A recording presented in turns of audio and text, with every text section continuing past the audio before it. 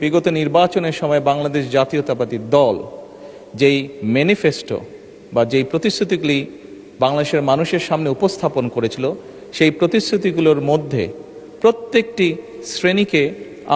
শ্রেণীর জন্য আমরা কিছু না কিছু বিষয়বস্তু রেখেছি। এবং তারপর আরও সংক্ষিপ্তভাবে যদি সমগ্র আমাদের ম্যানিফেস্টোটি আমরা ভালো করে লক্ষ্য করি, তাহলে আমরা দেখব খেটে খাওয়া মানুষ বলতে যেই মানুষগুলোকে বোঝায়, সেটি শ্রমিক হোক, কৃষক হোক, দিনমজুর হোক, খেটে খাওয়া বিভিন্ন শ্রেণী পেশার মানুষ হোক, প্রত্যেকের জন্য আমরা কিছু না কিছু রেখেছি। আমরা কৃষকদের জন্য, একটু আগে আমি বলেছি, আমরা কৃষকদেরকে সহযোগিতা করার জন্য কৃষক কার্ড আমরা ইন্ট্রোডিউস করেছি।